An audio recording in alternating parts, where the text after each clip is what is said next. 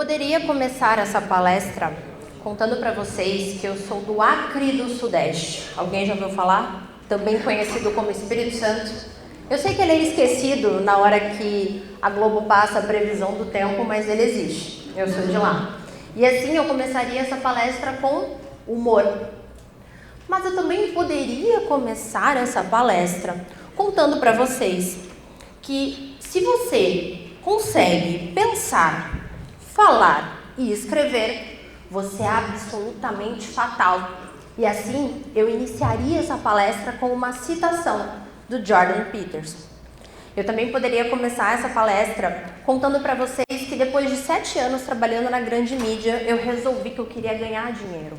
Eu saí de lá, fui para o mundo corporativo, dei treinamentos para jovens, até que eu cheguei nos estagiários, nos líderes, nos empresários, e hoje eu treino CEOs, como da IBM, para fazer apresentações para o mundo inteiro. E assim, eu, depois desse processo, decidi que eu queria ganhar dinheiro. Entrei para as redes sociais, estou lá há 5 anos, já fiz mais de 40 lançamentos, faturei 4 milhões de reais e tudo isso sem agência, gerenciando minha própria equipe com 12 pessoas. E assim, eu iniciaria a minha palestra com uma história pessoal. Até aqui, eu te compartilhei 4 técnicas de como iniciar uma palestra e um vídeo. Certo? Ficou claro? Mas eu optei começar essa palestra de uma outra forma, com uma conexão e te fazer uma pergunta. O que é oratória? O que é comunicação? Você sabe? Se você pesquisar agora no Google, a definição é: oratória é a arte de falar bem em público. E comunicação seria você enviar uma mensagem do emissor para o receptor e por aí vai, certo? Só que mais importante do que isso, porque no dia a dia você não se preocupa muito com a teoria, você quer ver na prática. A gente acabou de ver uma palestra que fala sobre comunicação, como viralizar nas redes sociais.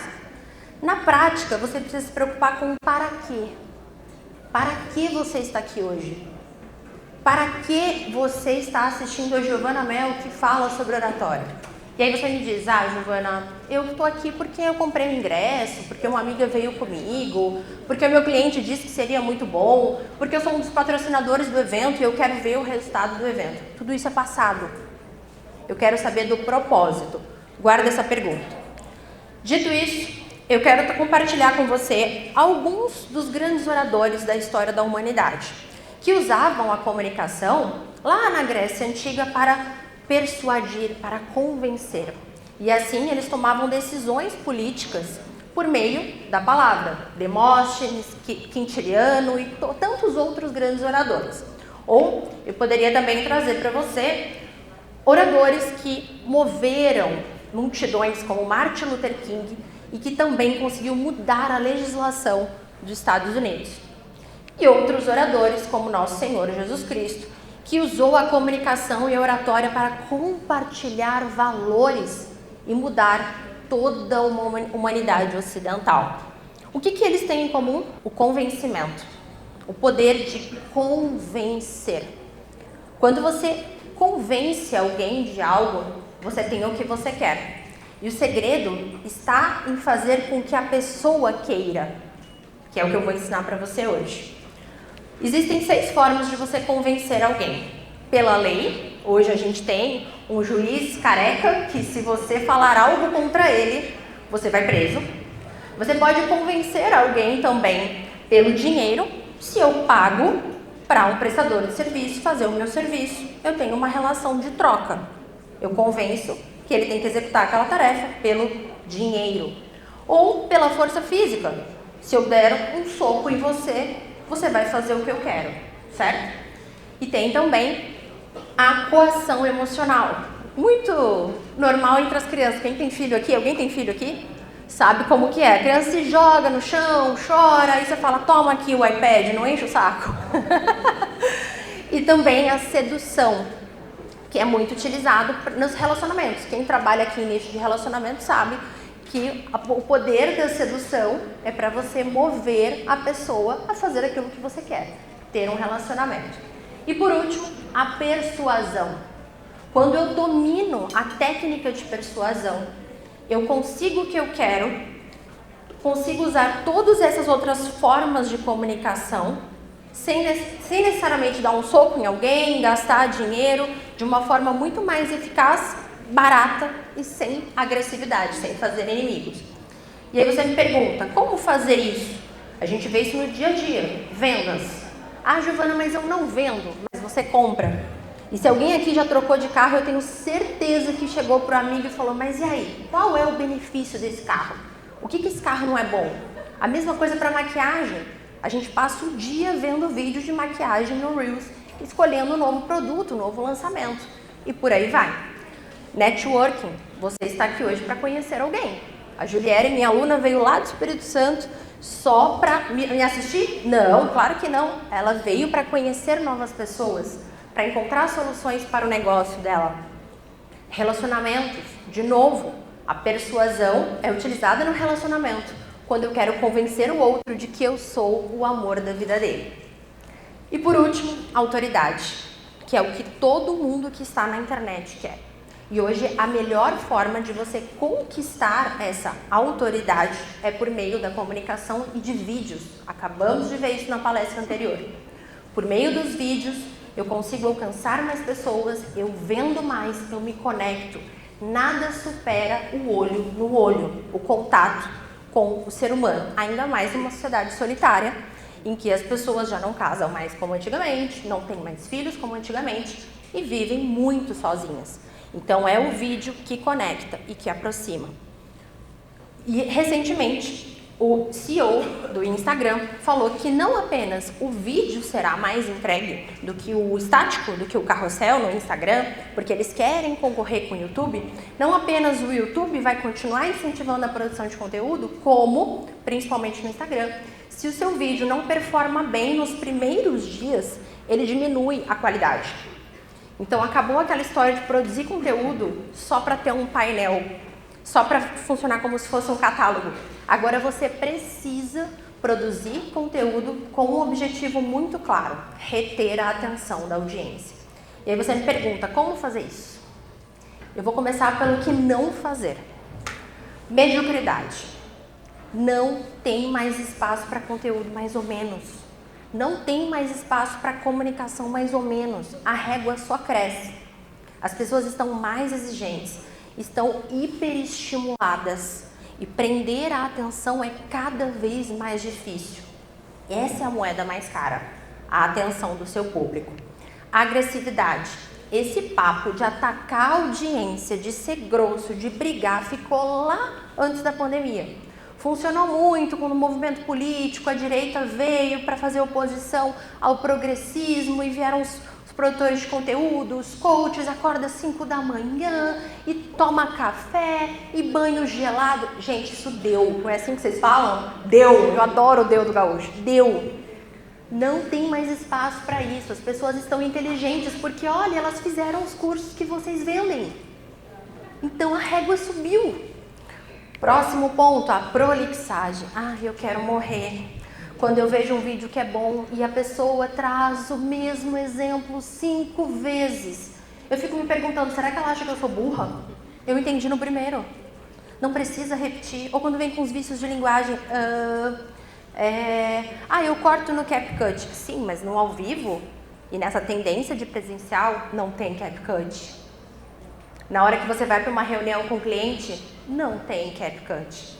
Então você precisa superar essa prolixagem.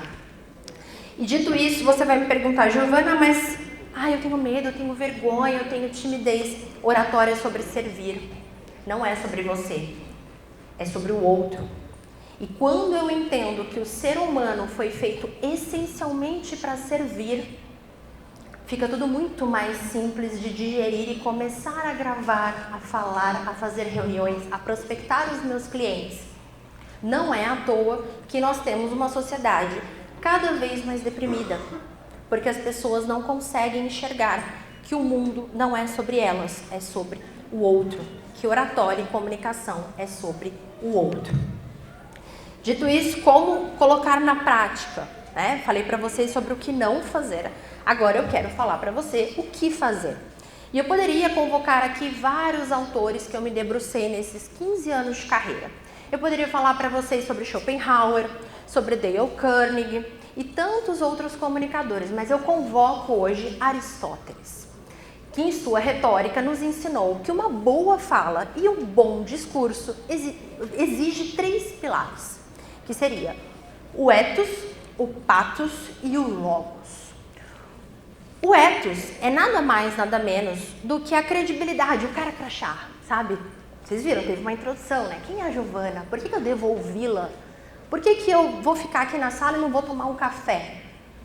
Porque tem uma credibilidade. Então, o orador, ele necessita ter uma carreira de credibilidade. Quando você tem credibilidade, as pessoas vão te ouvir. Não importa o tom de voz, não importa a roupa, não importa se tem CapCut ou não. As pessoas vão na busca ali do Instagram procurar um advogado especialista em direito imobiliário porque ela está com uma dor. E ela precisa de um advogado. E eu falo isso porque eu estou com essa dor nesse momento. E eu vou procurar quem tem mais credibilidade. Às vezes eu não vou ser encontrado pelo Reels que viralizou. Às vezes eu serei encontrado pela busca do Google. E você me diz, Giovana, mas será mesmo? A gente está vendo aqui a importância do cortar, do viralizar, da roupa, da vestimenta. Pois então, estamos num contexto do país com crise econômica. O dólar vai bater R$6 já se continuar do jeito que está. Se o Luiz Barsi falar para você agora, compra ações no Magazine Luiza, você vai comprar. Porque o Luiz Barsi é o maior investidor do Brasil. Ele sabe o que ele está falando. Entende o poder da credibilidade? E aí você me pergunta, como ter essa credibilidade? Existem várias técnicas que eu ensino nos meus cursos, nas minhas mentorias, mas eu preciso que você acredite em você, que você tenha autoconfiança. Se você não acredita em você, você sobe nesse palco e fala, gente, desculpa, tá? Foi mal, olha, me colocaram aqui para palestrar, eu não tenho muita coisa para falar, eu fiz um PowerPoint olhando para o chão. Você pode ter um currículo excelente, você pode ser o advogado A. Se você se colocar como B, as pessoas vão pagar pelo seu serviço B. E eu conheço muito advogado, dentista, médico, eu conheço muita gente que é muito boa e que não se posiciona de forma adequada. E eu conheço muito charlatão por aí que fala bonito e não é tão bom tecnicamente. Mas eu tenho uma boa notícia. As pessoas estão cansadas de gurus. Estamos vivendo um momento em que os próprios gurus estão arquivando os seus vídeos antigos nas redes sociais, estão se posicionando mais tecnicamente, estão até criando pós-graduações, formações com certificado no MEC. Aqueles que diziam que faculdade não importam. Então agora é o momento de quem é técnico crescer. Agora é o momento de quem estava na faculdade, de quem estava no mestrado, de quem, inclusive, não nasceu na geração internet, dominar o mercado. O próximo ponto que Aristóteles traz para nós é o pathos. O pathos poderia ser a emoção, a forma que a gente conecta, principalmente no teatro, por isso que eu trouxe as máscaras. Só que Aristóteles fala para nós que mais do que a emoção é você conseguir impressionar o público. No sentido da impressão que eu causo. O que a pessoa levará para a vida dela daquele conteúdo. Não só apenas a técnica. E aí você me diz, tá, Giovana, mas como que eu posso impressionar? Eu preciso chegar com impacto, abafando, e uma roupa bonita, e aquela coisa do terninho, do marketing digital. Você precisa causar uma emoção no outro. Se você consegue fazer o outro rir, muito provavelmente você consegue vender e fazer o outro comprar. E também usar das histórias. Eu fico indignada quando eu vou atender um economista e ele me mostra aqueles slides cheios de números. E eu falo assim, tá, beleza, vamos fazer uma analogia? Tem um case. Fui atender uma economista que precisava fazer a reforma do Porto Guará, ali em Santa Catarina, e ela tinha que convencer o governador de investir esse dinheiro ali. E era assim, um gasto muito pequeno. Ela ia ter uma alteração, vamos colocar em dólar, tá? $1.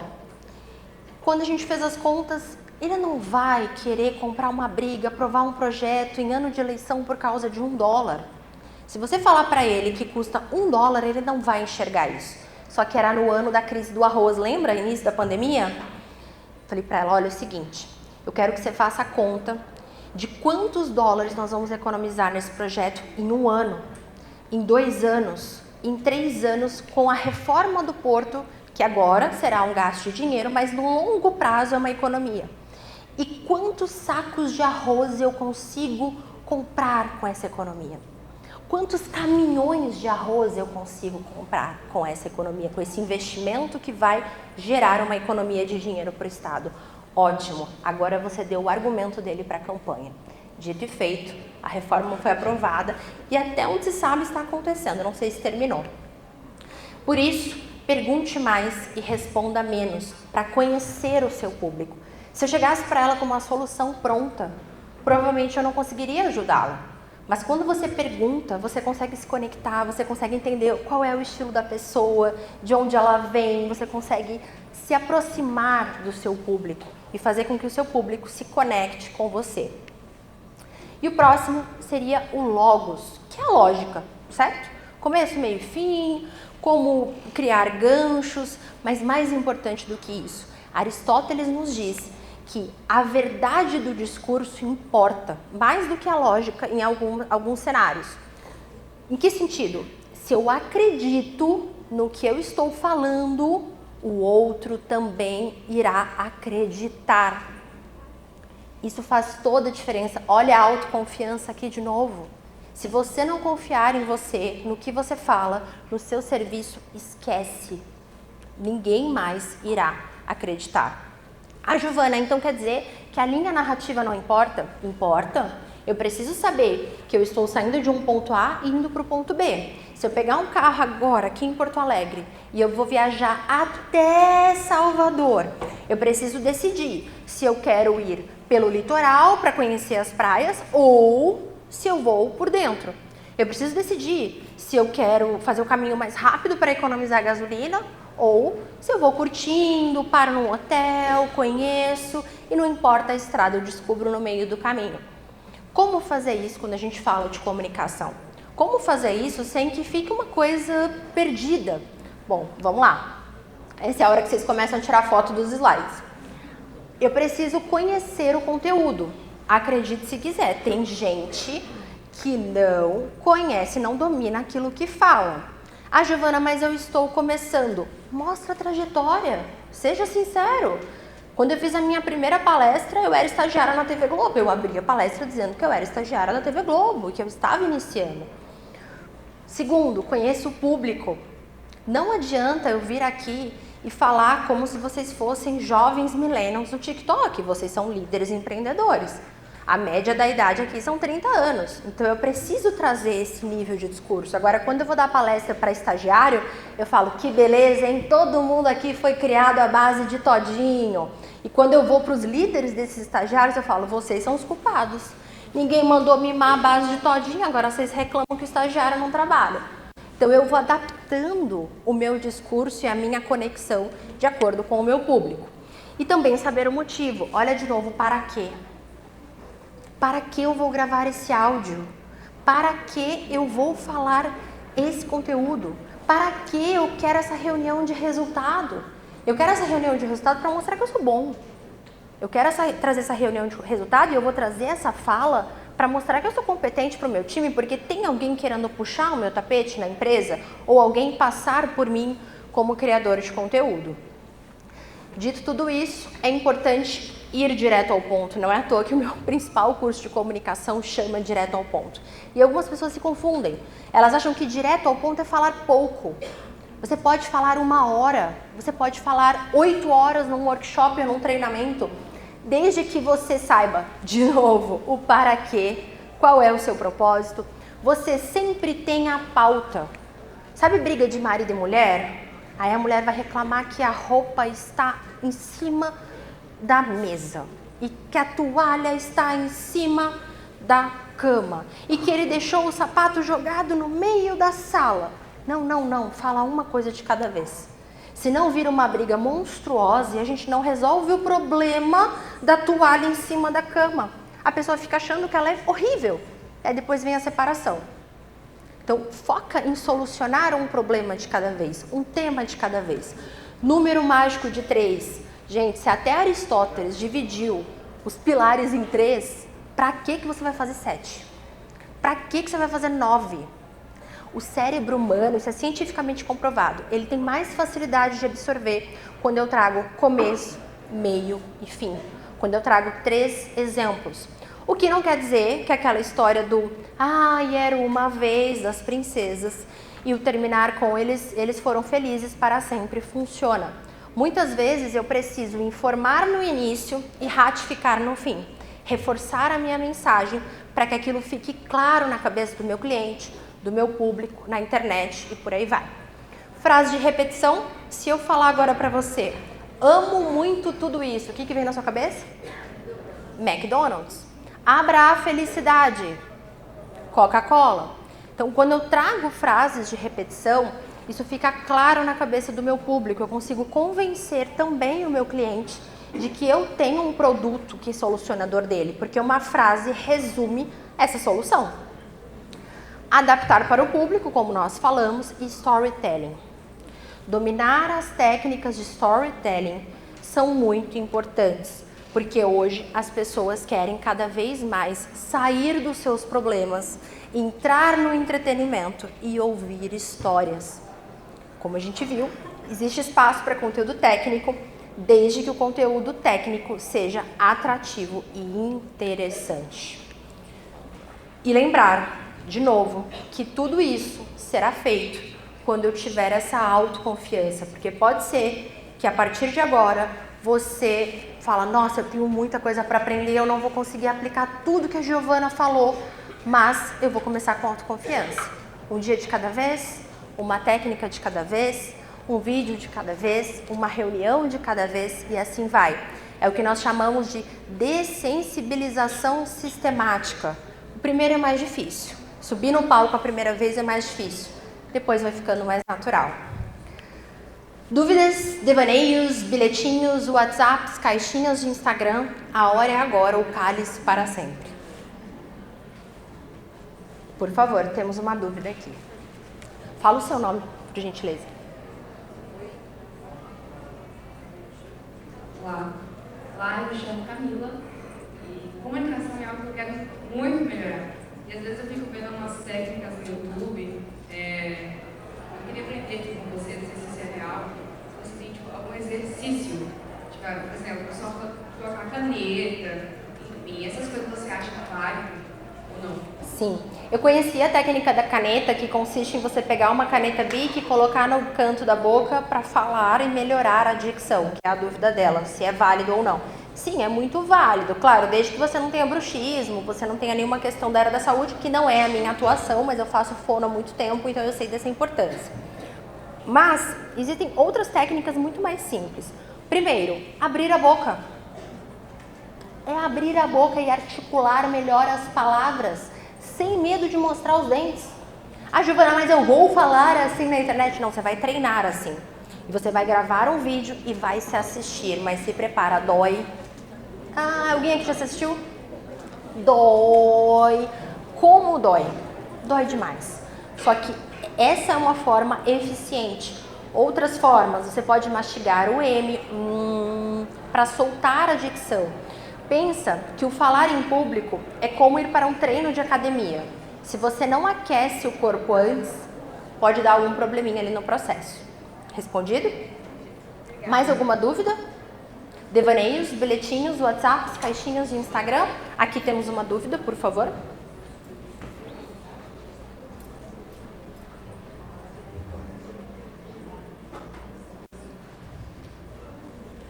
Tudo bem, meu nome é Ingrid Monteiro, eu sou advogada, mas eu atuo há 6 anos com social media. O que eu penso, e que talvez seja assim, minha maior dor, essa coisa de assistir vídeo realmente é dolorido.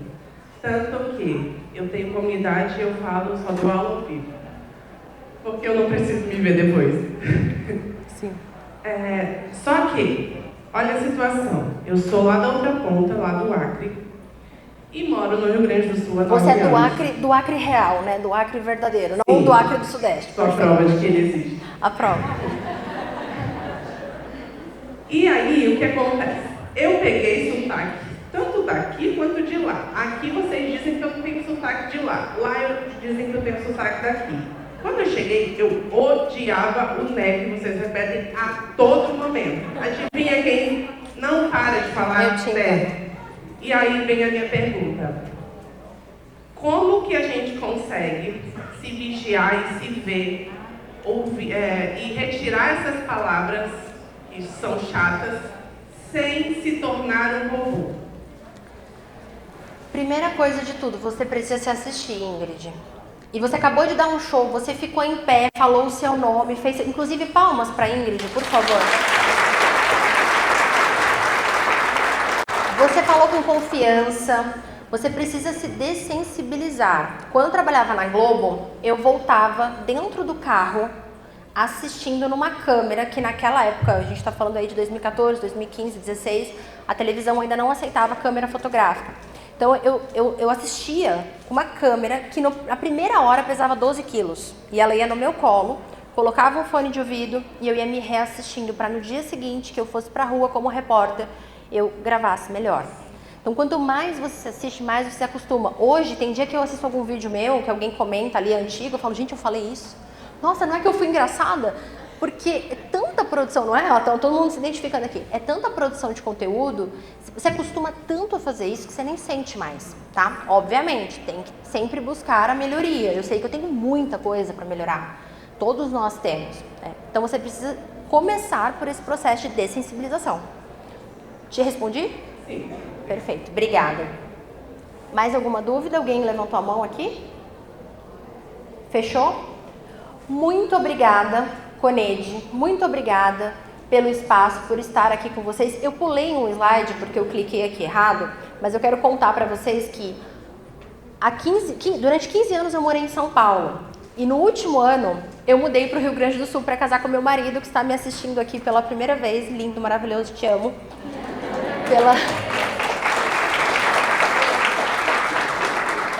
E eu entendo essa dor do sotaque, porque eu sou do Espírito Santo, mas tenho sotaque de São Paulo e agora eu comecei a falar cantando igual o porto-alegrense e eu amo capaz.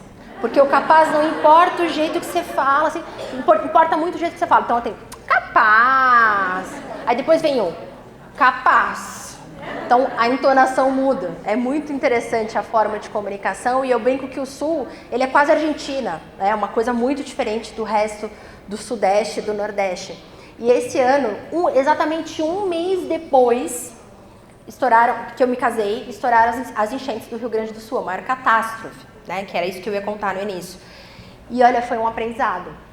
Foi um aprendizado, porque foi aqui que eu conheci que existem homens de verdade. Foi aqui que eu conheci que existe uma galera, como é que vocês falam? Que não tá morto quem peleia, né? Então você tá num estado muito bom, viu? Aprenda com eles. Muito obrigada.